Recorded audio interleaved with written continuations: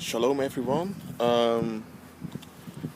This evening, this Friday evening, the Shabbat will begin again. So happy Shabbat. I'm saying it in advance. In this video, I want to talk about the underworld. And I'm not going to spend too much time on it because I don't want you to become fascinated with the underworld. Just understand that the regular activities that you encounter in society, it's not all there is, okay? I'm not talking about conspiracy theories when people suggest that there are people behind the scenes making decisions. There are always people behind the scenes making decisions, okay? There always is.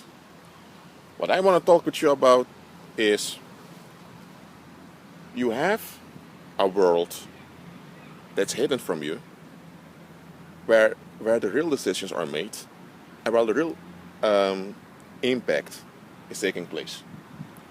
And this has been this way since the foundation of the world. I'm not talking about since the creation of the earth, since the foundation of the world system. This has been this way. When the present world system began, it began in Babylon, when Nimrod, who was a hunter, he began building a city, and others joined him, and their plan was to generate Eden, to make a man-made Eden, to have paradise without the Most High. Well, Nimrod and his wife, who was also his mother, Semiramis, the king and queen of Babylon, as they were called, they also had a son, Tammuz, who also was called Tabitha. He had diverse names. Well, in Egypt, I'm not going to talk about the story of the Tower of Babel. You can read it in the Bible. The Stargate that they tried to build, it failed. The language was confused, and people spread all across the earth. The thing is, that civilization that Nimrod began, it has continued. In ancient Egypt, it has continued in China, in ancient Korea, ancient Japan, also in ancient Europe, and also with the ancient Native Americans. In Egypt, Nimrod was called Osiris or Osiris. His wife and mother called Isis. And well, you can research the whole. You can research the whole mythology on your own. Nimrod is also called Orion with the ancient Greeks, Gilgamesh with the Indians. I'm not talking about the Native Americans, I'm talking about the people from around the Indus River, the Hindustan people. So actually, since then, what we call the underworld began, especially after the death of Nimrod.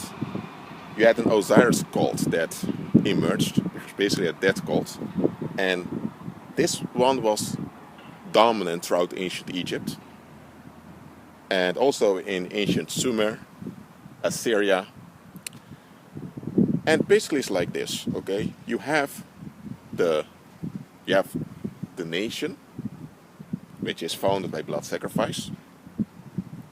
You have society, which is an established agreement to distract ourselves from the collective guilt of the blood sacrifice that generated the nation. So society is the established distraction that everyone agrees upon. And within society, you have institutions that each act out a distraction. You have institutes which are designed to regulate material resources, and you have the priest class, you have the whole hierarchy, and basically the underworld is what governs the nation and society, especially society. The underworld is often involved with fabricating circumstances in which the collective blood sacrifices take place. But besides that, they often remain hidden, those people, and hidden in the sense that you don't really know who they are. Okay. Now, in ancient times, often the head of the local underworld was also the king or the high priest. But often they could be slaves, they could be a baker, or they could be a blacksmith, or just a cleaner. They could have any profession that seems insignificant. But those people with significant roles like leaders, governors, the rich people, they would go to those underworld figures in order to gain power. Why? Because the people from the underworld, they worship demons, evil spirits, and they make those human sacrifices and also animal sacrifices. They are involved in bestiality and all of that crap in order to to receive power from the evil spirits. And many of the rich and leaders within the nation and society, they go to the underworld figures in order to receive strength. And in exchange, those leaders in society and in the nation, they have to act out through symbolism and through maybe sometimes by change their names also with I would say with certain social etiquette. They have to display the values of the underworld.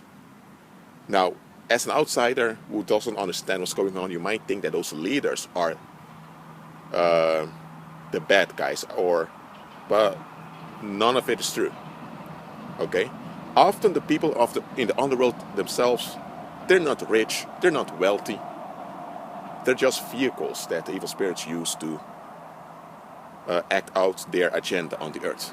And then you have people that are in agreement with the nation and society that wants to benefit. I won't say benefit. They want to exploit the power that the underworld has to offer, and they also perform human sacrifices and get involved in all kinds of rituals in order to receive that power in exchange for material wealth, or it's not always for wealth and dominance over others.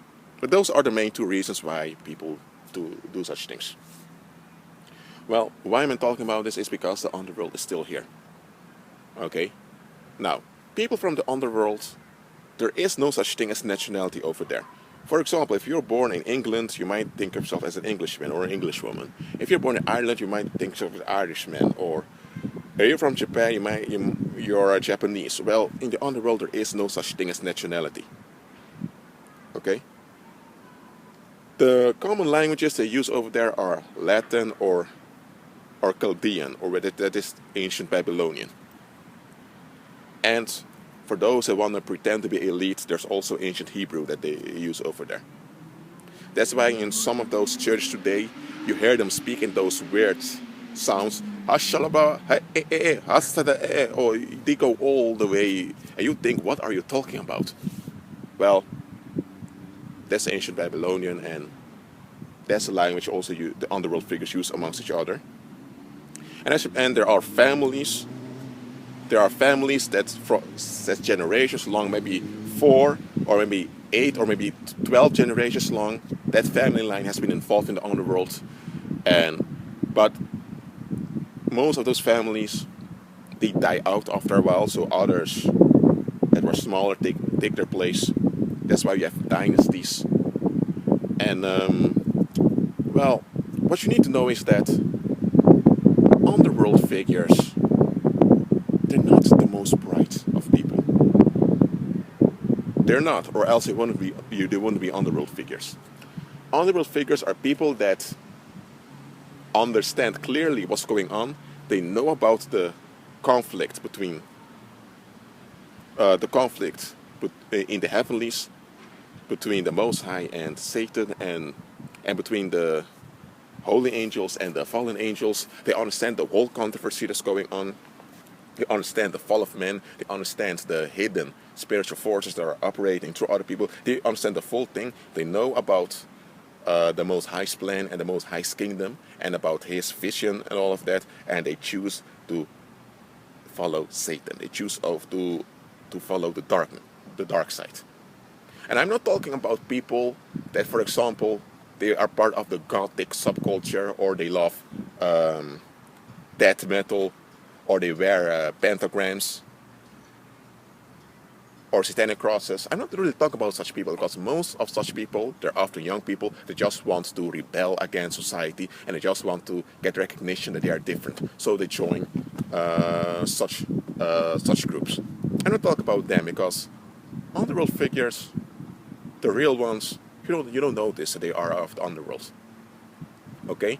And the thing is, the underworld figures, they have chosen Satan's side. So they've chosen against humanity, and they've chosen to exchange their humanity in order to become like those evil spirits. That's why they have to do as those evil spirits. Okay? But when they are in the community, or what we say in society, they are obliged to pretend to be like everyone else. But they are there for that. They have an agenda to keep humanity in a, in emotional stagnation. The role of underworld figures really is to cause chaos and cause distraction in order to keep mankind in arrested development, to keep mankind distracted from noticing what the purpose of their existence is. Before Christ came, the underworld figures were aimed at hindering the prophets from revealing the promises of the Most High and revealing His plan. Now, after that Christ came, now that the plan of the Most High has been revealed, now that Christ has accomplished now that the plan of God has been accomplished, that Christ died and rose again, and that the fullness of His covenant is here for all mankind, now the agenda of the underworld figures is, for the past 2,000 years, it has been to hinder people from receiving the gospel. And they do this by either putting ridicule on believers, or by generating counterfeit gospels and raising counterfeit congregations. So they establish churches in which they talk about Jesus and the Bible, but it's completely something else. And you're not aware of it unless you're dragged into it. Okay, I'm not going to name names of such cults. Do your own research, you will find out about them. And so that's really their purpose. For example, as I mentioned before, they're not always the richest people and the most bright people and the most liked people and famous people. On the contrary, for example, you can have a bloke of 15 years old. He's a dropout from high school. He's living in the ghetto. But he always is wearing brand new Jordan shoes. Or he's always going to parties. He has VIP tickets. So he's always at the best seats. Or he always goes to the football games. He's wearing expensive jewelry. And nobody can explain how he's able to buy them. Now, if you look at that bloke, you may think, oh, he might be into drugs. Because that's what they do. They sell drugs and they do it. Now, no. He's a part of the underworld. He's a part of some lodge somewhere in that environment. And he has joined them. And in exchange, he receives some gadgets. But his assignment is to distract the youth, his peers. So when he, for example, sees a young lady just walking by, he may try to, hinder her and speak negative words to her, or maybe even get involved with her, to dating her and then dump her, leaving her all hurt and broken-hearted. Why? That's releasing tension upon her, and that tension she will also bring to her relatives and her other friends. And so by doing that, there's an emotional stagnation that he has released into the community. Well, such things he do, and from time to time, he and some other friends of his who are also part of the underworld, they may hang around in the streets, causing noise. The noise they are causing are people are bothered by it, so people become annoyed by it, and this will affect their marriages and their families inside their homes. So there's also a form of emotional stagnation that they are bringing.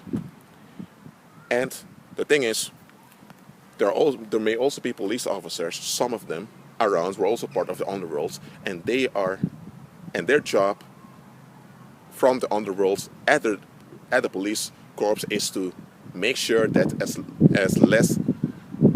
less complaints are processed about those youths causing problem. That's why in some neighborhoods you have some young people that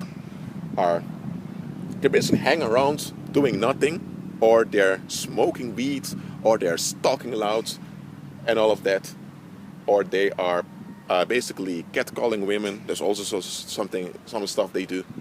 Why they're doing that? Are they interested in those women? Is it because are they so filled with testosterone that they need to have sex? No, it's their assignment. Okay, and they get all these gadgets as compensation, and that's all they get. Okay, and the police officers are also involved. It can be that you have a police corps somewhere, maybe let me say 800 or 2,000 police officers maybe working there, and you have maybe 3 of them who are also part of the underworld, and every time someone calls 911 or 112, whatever the emergency call is around you, everyone a call comes in, that underworld figure over there, if it's a complaint that relates to young people harassing people or harassing women somewhere, and that underworld figure knows, oh, those people are part of the underworld, he will make sure that no police officer will go there, or that police officers come too late. And he will inform those people of, you need to get away now because there's police coming. The same way, you have the youth gangs that rob people, that they're pickpockets, they also break in and do all those things. And why are they doing that? They are part of the underworld. They don't need all those stuff, but they have protection. And some of those people that live in the neighborhood who are also part of the underworld, they are never robbed because they know the game. And their children who also are aware of it. They know who those robbers are, so they know if I'm walking down the street, nobody's going to harass me because I'm involved. Okay? Such things. And, well, the thing about underworld figures is they're not born again. They've chosen the dark side, and that implies that they will have to rent their bodies to evil spirits. And by doing that, they are also receiving diseases. Because one thing you need to understand, evil spirits, they have diseases. Well, human beings, we are spirit beings with souls living in bodies. And this body of ours, it can only handle a certain amount of diseases. Okay? For example, someone cannot have 200 diseases at the same time. That's not possible because the body will be exhausted and the individual will simply die. I mean, you can have cancer, but there is a limit that the cancer can, there's a certain limit of the toll of the cancer. If you have cancer and you also have diabetes at the same time, well, it can be that it becomes too much and your body gives up, okay? Well, evil spirits, they are not triune beings, they're not spirit beings with souls living in bodies. They're just spirits, they're interdimensional. So after they fell and they were cast out of heaven, they are now in decay. So a lot of them have diseases.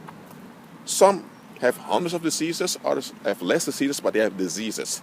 And whenever an underworld figure gives into the underworld, they will have to house those evil spirits in their bodies.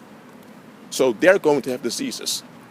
And also because to be a part of the underworld, you will be involved with all kinds of unhealthy activity. So underworld figures often have diseases, especially sexual transmitted diseases. That's the most common diseases they have. So that's what I want to explain to you. As I mentioned before, underworld figures, they're not the most bright people. If they were, they would repent and serve the Lord, because this is what you need to understand. Anyone can be dragged into a cult without them being aware that they're in a cult. It can happen, and it happens. But underworld figures, let me let me explain like this. You can go and work at an office, but the office is that company is not. It's a fraud. You go there, you do your job, you do your paperwork, and you think I'm working for a company that offers service to. I'm just making something up. A company that offers service to handicapped people, disabled people. Okay, so you do your job, you do your paperwork. You see their orders and requests come in and you're processing it as an administrative worker. That's your job. You are not aware that that company is just a sham for for drug trade or for prostitution. You're not aware of that. You are just doing your job. Okay? Such things can happen to people that you are being dragged into something that you are not aware of and you are not willing to do. The underworld is different. Anyone that joins the underworld, they will be told plainly what's going on. That, listen, when you join us, you are going against the Most High, you're going against your Creator, you are swearing off the Most High that you want nothing to do with Him, you give up His qualities that He has invested in you as a human, you give up your human values, you give up your family ties, you give up your autonomy, your individuality,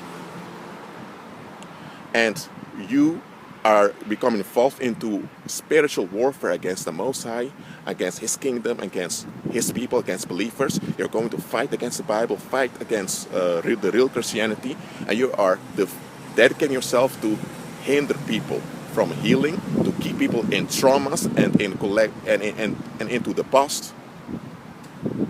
And you will house evil spirits inside of you. You will be bonded to exercise assignments for the cult, and you will have no rights whatsoever to say no, because you've given up all of that. And so no human rights, none of that for you. And in exchange, you will have gadgets, and the more gadgets you want, the more you will have to invest, and you will agree with human sacrifice and ritual murder, and you will participate in it, and you will give up remorse, pity, and all kinds of empathy and compassion towards others. You may feel them, but you will not give in to them. You will agree completely with the demonic nature of evil spirits, and you will conform yourself to their image instead of conforming yourself to the image of Christ. Listen, they explain this plainly to you, and of course also the requirements that you have to go to mandatory parties and mandatory rituals. You'll be explained all of that, and you will be given some amount of days for you to consider whether or not you want to join this. If you say no, they will leave you alone, and you're commanded to never speak about it. The moment you decide, okay, I'm willingly to agree with this, and you sign that contract, or you do the sacrifice, or whatever initiation they require of you, listen, you literally have cut yourself off from the grace of the Most High. Before that, you were deceived. You may have been an atheist, or you may have been in some so-called Christian cult, or you maybe have been a Muslim or a Hindu or whatever, and you were uninformed. But now that you're informed and you willfully, in full agreement, have joined the dark side, this was going to happen. The protection that the Most High was donating to you for free, He'll remove it. The prayers of believers, you may have family members or friends that are believers and they are praying for you. Their prayers, well, I'm not saying the prayers are going to be totally ineffective, but the Most High is going to say, stop praying for him or her, I don't want to hear this. Well, basically, you're completely without protection and without any hope or safety. That's what you've agreed to. And there are people that agree with the underworld. They do. Some of them die young because of diseases. Others die because they are caught and put in prison, and in prison someone kills them. Or others are die during their assignments where they have to kidnap people and all of that. Well, and some die because of trouble amongst one another. And you know, in the underworld, there's no such thing as mercy, compassion, pity, or empathy.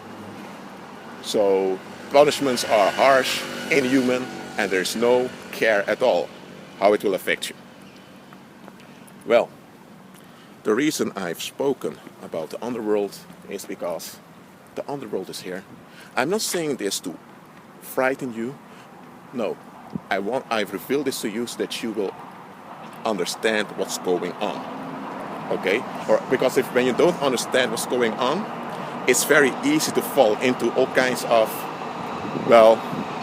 you can be dragged into that race card, blacks versus white, or Muslim versus the West. You can be dragged into all kinds of stuff when you're not aware of what's going on. So I'm revealing to you what is going on. Don't think those people that join ISIS, they're not Muslim. They're underworld figures. Now listen, I'm not talking about those that travel to Syria. I'm talking about those that truly join the underworld. Because what did you think? Did you really think that ISIS, Al-Nusra, and all those organizations are really led by Muslim fanatics? No. They are organizations founded by underworld figures that are in full agreement with blood sacrifice. And they use the jihadi propaganda, the extreme form of it, they're using it to lure people over there. But it's when those people that went to Syria, when they are there, the first few days or first few weeks, it's very pleasant, all of that, but then comes the moment that those people will be informed how it really is, and then they will have to, then they will have to join, or they have to leave. And some don't even get a chance to leave, they are killed right there. Why do you think many of those people that so-called wanted to join ISIS, they went to Syria, why do you think that many of them returned back to Europe or America or wherever, from whichever country they went to Syria? Why? Because when they were there, they were informed what's really going on, and they realized, hold on a minute, I can't agree with this, because many of them still believed that they would become soldiers for Allah or God, and they would bring paradise on earth to the jihadi. And they would be rewarded with 72 virgins if they would die. That's what they were thinking, but they went there and they were informed by the underworld figures themselves how it really is, and not all of them joined. Those that didn't join, they came back, and some that did join came back to Europe with their agenda. But don't think it's just in the Arab world or in the so-called white population in Europe. There are also many blacks from the Caribbean and the United States and Brazil. They're also in the underworld. There are also many ritual murders, gang stalking, and all of those things going on that are coming from the underworld. Okay?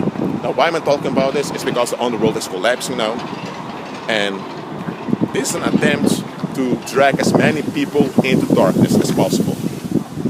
That's why, in short, put your trust in Christ Jesus, rely upon Him, do His will for your life, meditate on His words, and whatever problem comes your way, just keep on going and understand what's going on. It's not white versus black, Muslim against Christian. It's the powers of darkness trying to hinder and eliminate the kingdom of God, which will never happen, but nevertheless they are desperate with dragging as much people into their misery with them. Well, I've taken my time to explain this to you. There are more things related to the underworld, but as I mentioned before, I'm not going to spend too much time on it. I just wanted to inform you what's going on. Well, that being said, you all, be blessed. Shalom.